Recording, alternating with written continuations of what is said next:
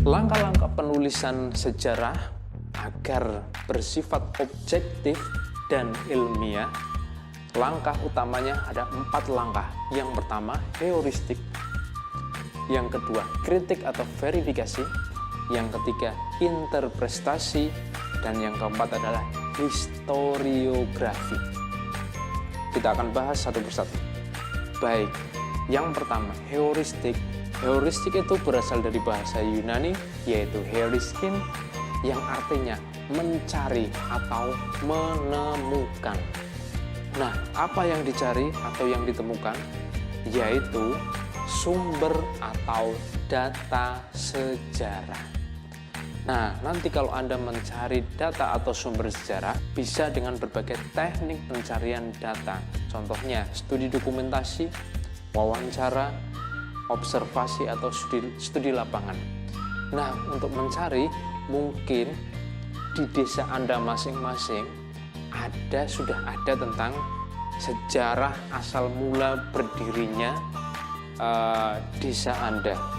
Nah, Anda mungkin bisa ke kelurahan atau ke kantor desanya untuk meminta dokumen-dokumen sejarah tentang berdirinya desa tersebut. Nah, mulai sekarang Anda juga bisa bertanya kepada orang tua Anda apabila di desa atau kampung Anda ada sumber sejarah, yaitu orang-orang yang sudah sepuh atau sudah tua, kemudian bisa diminta untuk mencari datanya tentang asal mula desa Anda, asal mula atau sejarah desa Anda.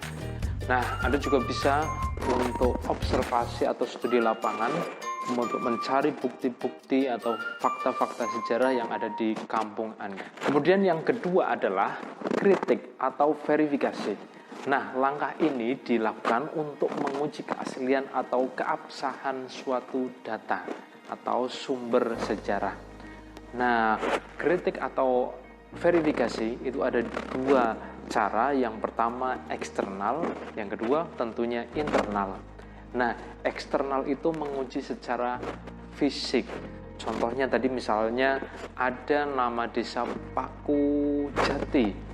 Kemudian Anda cari observasi, bukti, verifikasi keasliannya. Apakah paku itu memang sudah berumur lama atau hanya akal-akalan manusia.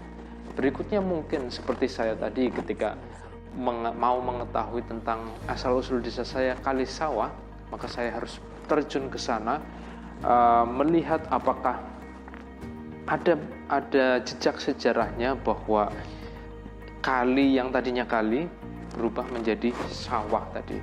Nah, tentunya di desa Anda juga namanya biasanya ada jejak sejarahnya. Kemudian yang kedua adalah menguji secara internal, yaitu menguji keabsahan isinya.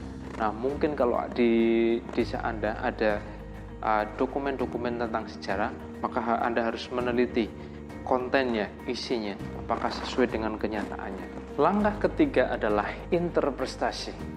Interpretasi dilakukan untuk menafsirkan, menyimpulkan, merangkai fakta-fakta sejarah. Nah, jadi kalau ada fakta-fakta yang betul, maka diambil. Ketika ada fakta-fakta yang kurang benar atau ambigu, maka itu dihilangkan. Nah, yang terakhir adalah historiografi. Historiografi adalah penulisan sejarah. Langkah penulisan sejarah atau historiografi itu ada 2. Yang pertama berupa naratif. Naratif itu penulisan sejarah tentang peristiwa dalam waktu tertentu. Sedangkan yang kedua adalah struktural, yaitu penulisan sejarah yang menggambarkan perubahan sosial yang terjadi di masyarakat. Nah, saya akan memberikan panduan kepada Anda bagaimana penulisan sejarah asal-usul desa Anda.